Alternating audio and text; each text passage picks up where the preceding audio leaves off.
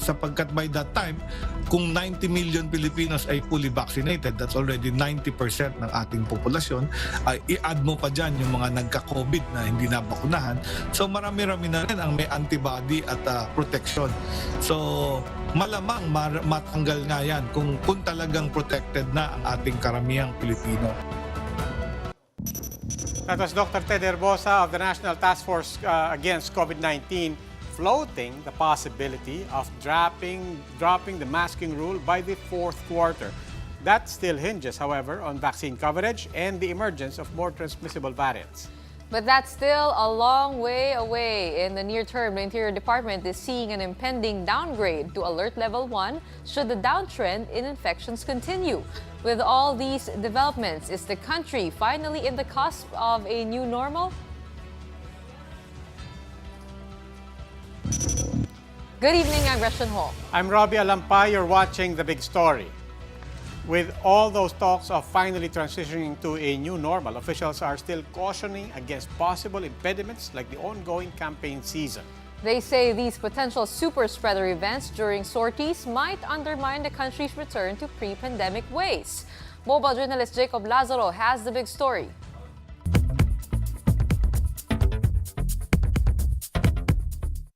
Two years since the first COVID-19 cases, the country is getting ready to transition to a new normal. Interior Undersecretary Jonathan Malaya said if COVID numbers continue to decline, then it's possible by March the country could transition to Alert Level 1.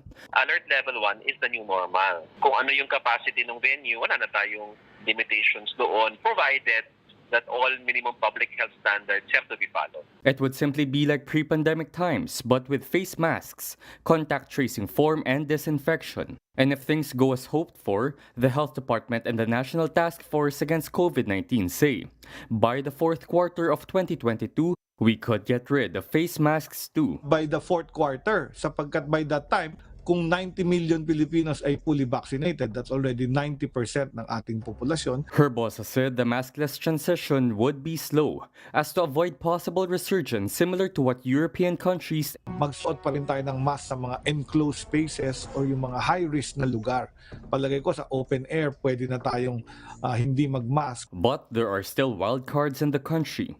The biggest card is the possibility of a new and more dangerous variant of COVID-19. But the wilder card is the 2022 elections. Health experts are worried that the election fever is creating so many potential super spreader events. Yung handshake, may mga nagsiselfie, meron improperly yung pagsuot ng mask. Under Comelec campaign rules, actions requiring physical contact are not allowed. Malaya said, with the thousands of attendees in these sorties, even they are overwhelmed. Herbosa suggests only fully vaccinated individuals will be allowed to participate in in-person campaigns. But with health protocols already being disregarded, enforcing a vaccination policy in the campaign activities will just as be another long shot. Mobile journalist Jacob Lazaro, we are One News. How likely is it, or how wise is it, for the country to finally let go of masks within the year? And is this the right move to make? That big question and more with molecular biologist, priest, and Octa Research Fellow, Father Nick Austriaco. Father Nick, welcome to The Big Story. Good evening, Robbie. Good evening, Gretchen. Thank you for inviting me to your show. Hey, Father Nick, I know it's ironic having to ask this after we start talking about it, but is this too early to be talking about getting rid of masks? We are being forced to have that conversation because countries around the world have already gotten rid of masks. So it's not surprising that the Filipino people are going to ask, when is our turn? There are already 4 countries in Europe that have removed all COVID restrictions. Every single COVID restriction has been removed. There are no minimum public health standards in 4 of those countries since the beginning of February. And many states in the United States are already removing their mask mandates. So it's not surprising that we're having that conversation here as well. Yes, but in those countries, we're seeing surges, at least in total numbers. Denmark was one of the first countries to lift all protocols. Of course, the key indicator for them now is their public health system. They're saying it's not collapsing, it's not getting overwhelmed, fewer people are dying. What are the lessons and indicators from there that can actually be transposed here? So what's really striking is that yesterday, for the first time, Denmark reported a reproduction number below 1. So it's now 0.9. So without any minimum public health standards, the number of cases is dropping in the country. And of course, this is unexpected in one sense. A lot of people were worried that there would be a surge. What you're seeing actually is that there is significant population protection, vaccinations and natural immunity together that have protected the Danish people from a surge. And our hope is that we too, here in the Philippines, will have that kind of population immunity, not only because there are cities, including the National Capital Region, that have attained 80% of their population for vaccination, but many of the other urban areas of our country, according to the NWRB, are already over 70% of adults and eligible vaccinees. So this, coupled with significant numbers of Omicron survivors, there are estimates that half of the Filipino people will have been infected by Omicron by the time the Omicron wave is behind us completely. So you can see that, like these other countries, the Philippines is expected to enjoy a period of calm and stability because of our significant population immunity. Okay. Father Nick, maraming salamat po. Father Nick Austriaca of Octa Research. All that optimism on the easing of restrictions still hinges, of course, on the country's vaccination rate. While inoculation is chugging along just fine in several parts of the Philippines, some areas in Mindanao, right, Gretch, are heavy laggards due to the vaccine hesitancy. Gretch, which areas are we talking about here? Robbie, BARM or BARMM is the primary point of concern now for the IATF. In fact, vaccine czar Carlito Galvez is reportedly on the way to Basilan and other areas to identify the root of the problem. Pandemic Task Force Medical Advisor Ted Herbosa says vaccine hesitancy is still rampant in these areas. He added that it may have stemmed from Muslim residents suspecting COVID-19 vaccines to be haram or forbidden in their religion. This stems from fear that vaccines might have come from animals. But Herbosa clarifies the fact that the National Commission on Muslim Affairs approved the jabs means this is not the case. Na i-communicate na yan ng ating mga Muslim officials para pwede na rin silang mabigyan. Ang sabi ng ating mga Muslim leaders, basta for public good, yan ay halal. These are the other big stories tonight. Summer has yet to kick in, but thousands of households in NCR and Cavite already have to deal with water interruptions. Regulators say brace for more. We move to surveys where Ferdinand Marcos slides by 1 despite maintaining a lead in the SWS presidential survey. But a sliver of hope for Leni Robredo as her numbers go up by 5. And how a tweet by pop music icon Cher landed on Twitter Philippines trending list. Find out what and who that tweet is about after the break.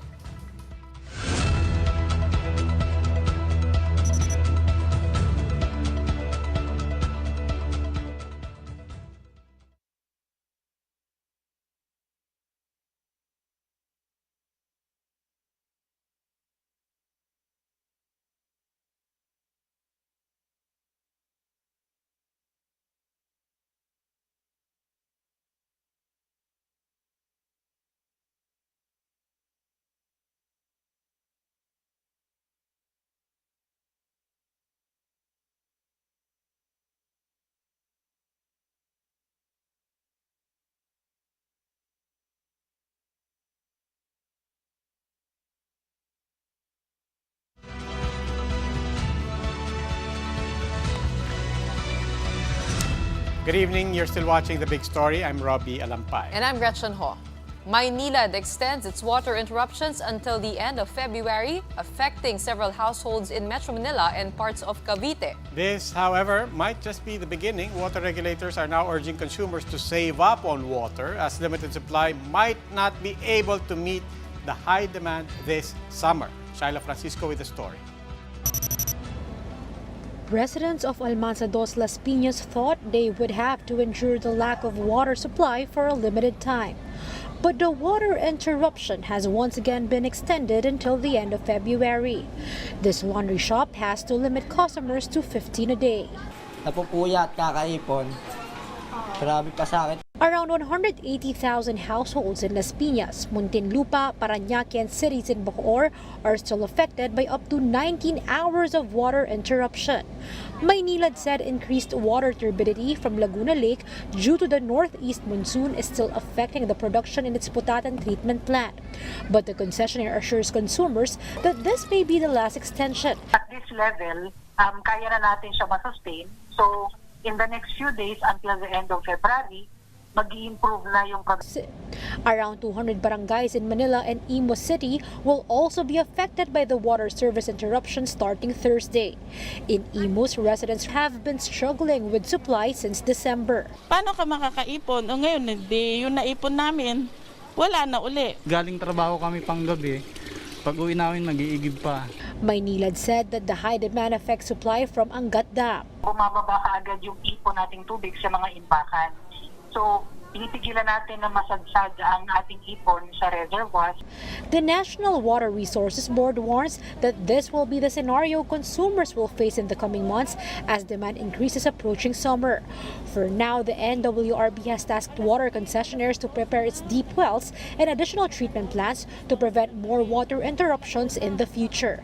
They are also asking the public to conserve water when necessary. Shaila Francisco, VR1 News. How is government preparing for a possible water shortage this summer? Let's find out from Ed Sevillo David, Executive Director of the National Water Resources Board. Good evening, Mr. David. Welcome po to the big story. Thank you. Good evening and good evening to our listeners. Hey, sir, before anything else, kamustahin natin ang supply. Kamusta nga po ba ang ating mga dams and reservoirs?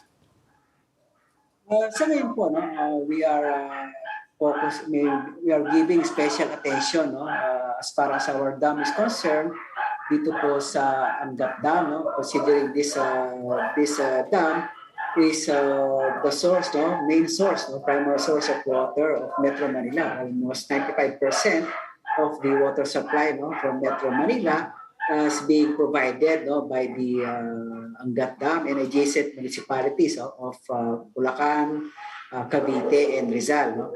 At as of 6 a.m. this morning, the level of Gov't Dam is around 195.79 meters. So,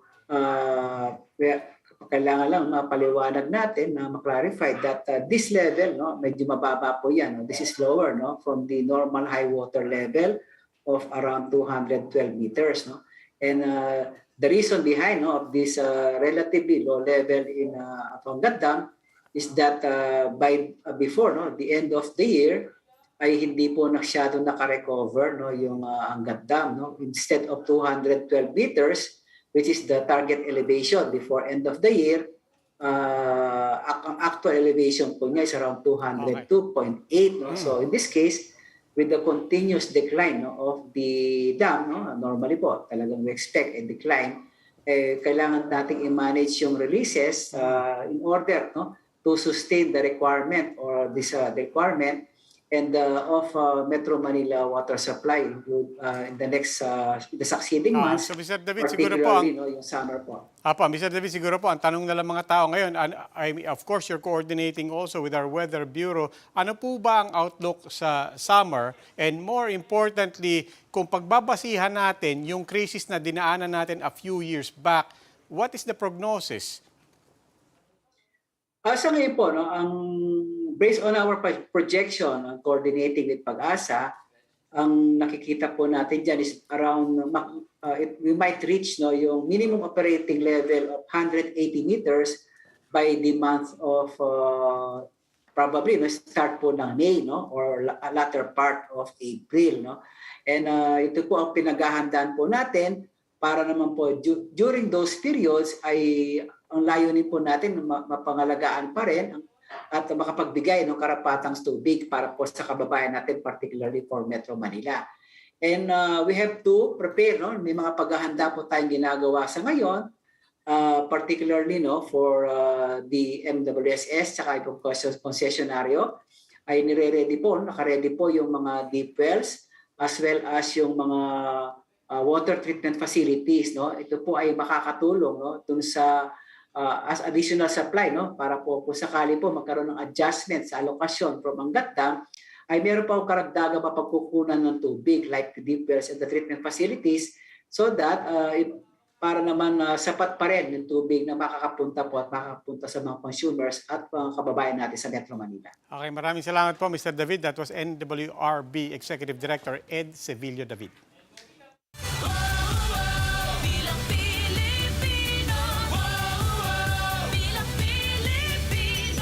Oplan Baklas starts today with the Comelec dismantling illegal campaign materials across Metro Manila. During the campaign period, posters should not be more than 2 by 3 feet in size and should only be placed in common poster areas. Comelec, however, came under fire after videos of enforcers dismantling campaign materials in private properties went viral on social media. Election lawyer Romulo Macalintal says trespassing in private property to take down campaign materials violates the owner's right to property and right to free expression. Meanwhile, Comelec says campaign materials in private premises are still subject to their regulation. Still with Comelec, Commissioner Aimee Ferolino maintains that the poll body's integrity remains intact. That's after facing backlash over the delayed release of the Marcos disqualification case ruling. Ferolino is now facing calls for her to inhibit on the unbanked review of the disqualification case against Marcos Jr. Comelec says the ball is now in Ferolino's hand, whether or not she will excuse herself from the review. As for Ferolino, the delays and the recent spat with retired Commissioner Rowena Guanzon is just a minor issue. The Comelec is composed of so many people, from the top up to the lowest employee. So I think that rough patch, that minor issue, will not affect the credibility of the Commission as a whole. And whatever the results will be, it's not dependent on a few people.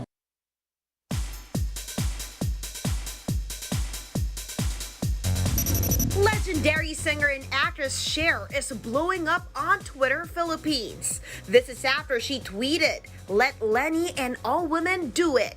Yes, Lenny as in Vice President Lenny Robredo. So how exactly did she know about the presidential hopeful?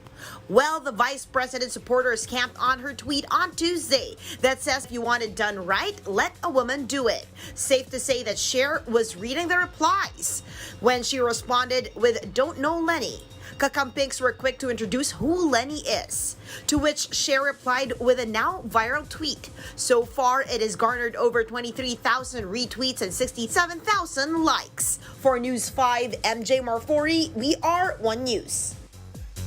Time for another quick break. When we return, false claims, misinformation.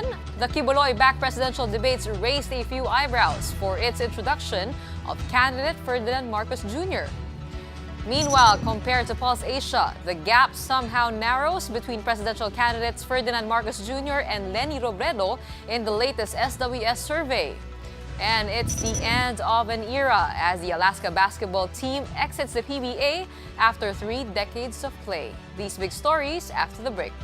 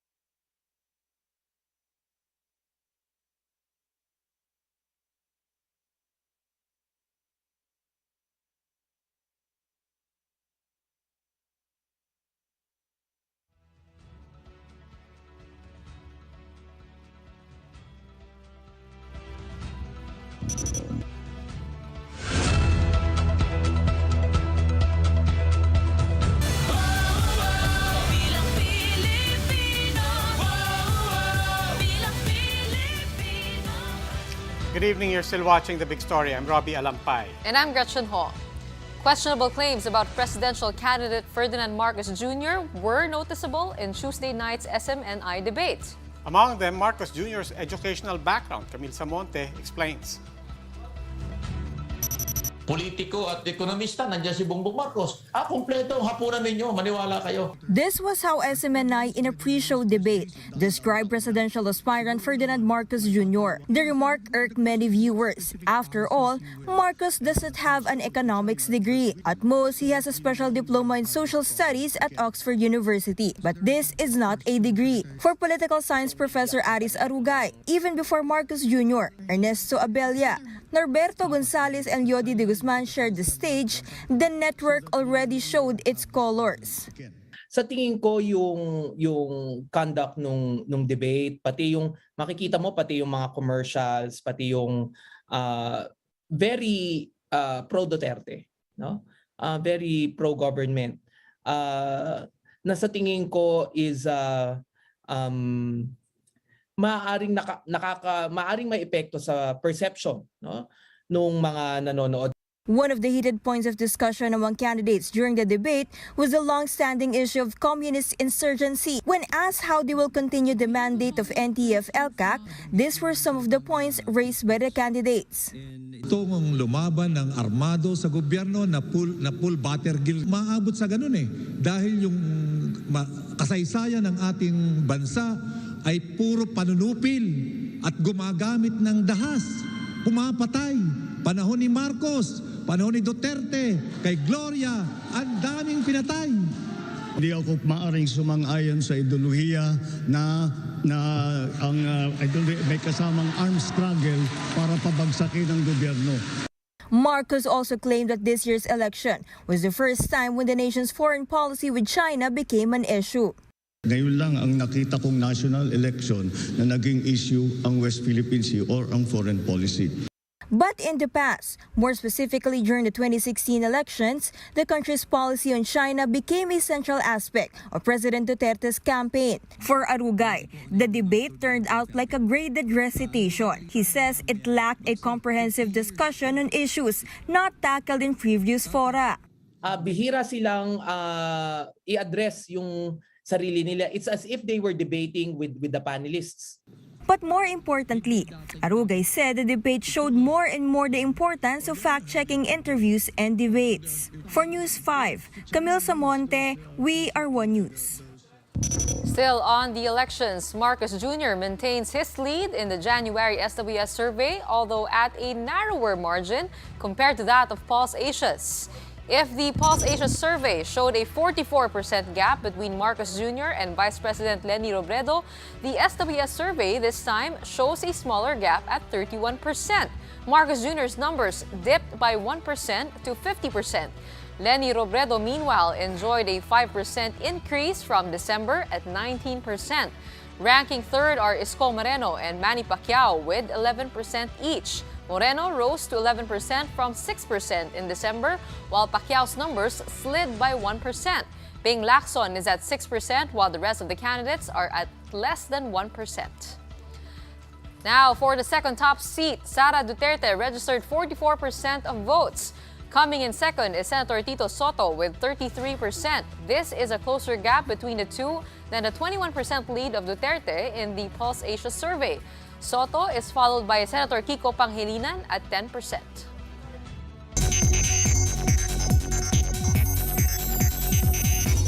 In world news, the Foreign Affairs Department is already readying repatriation arrangements for Filipinos in Ukraine as tensions with Russia continue to rise. The DFA says it is coordinating with foreign service posts, the Filipino community, and international partners in Ukraine for a possible relocation. DFA is urging Filipinos in Ukraine to keep communication lines open with the Philippine Embassy in Poland for updates. Meanwhile, U.S. President Joe Biden once again appealed to Russian President Vladimir Putin to step back from war against Ukraine. Biden estimates 150,000 Russian troops continue to encircle Ukraine despite reports of Russia withdrawing its forces.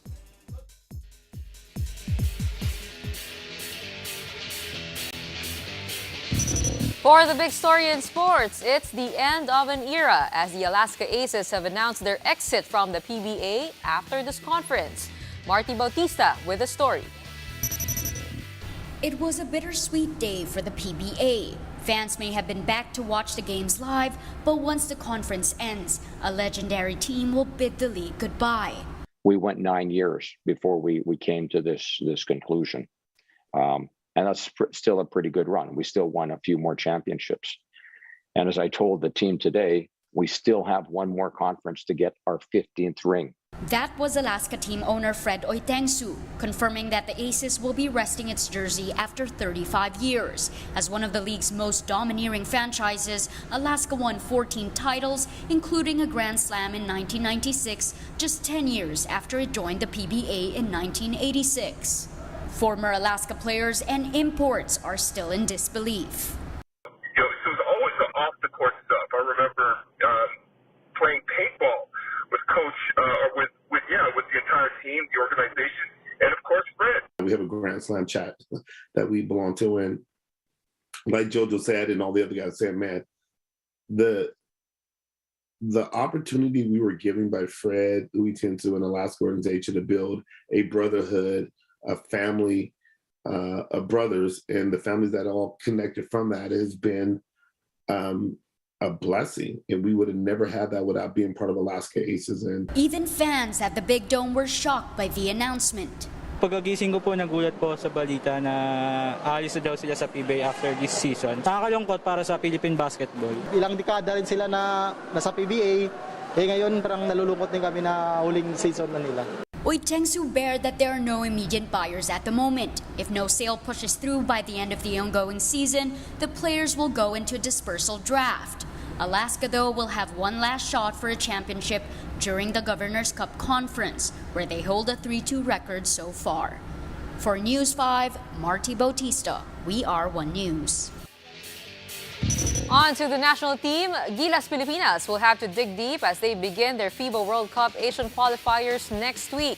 Gilas begins its campaign on February 24 against South Korea before facing India the next day. Action resumes then for Gilas on February 27 against New Zealand, then South Korea again in their final game on February 28. So the games no longer have bearing for the Philippines as they have already qualified for the World Cup. Gilas will use these as preparations for 2023. Post-Valentine's Day promos are still around. This one might come in handy 9 months from now. Netizens give their hats off to IKEA for its forward-thinking promo. What furniture, you ask? A baby crib, of course. As a clever play, IKEA Family Club members would triple their membership points if they purchase the Sunvic baby crib on October 14, 2022, implying that the crib is for Valentine's Day babies. Of course. With the hashtag no regrets side by side with a baby emoji, netizens were quick to repost the ad while calling it witty and on point. The now viral ad has since garnered past 50,000 reactions, 3,000 comments, and 18,000 shares.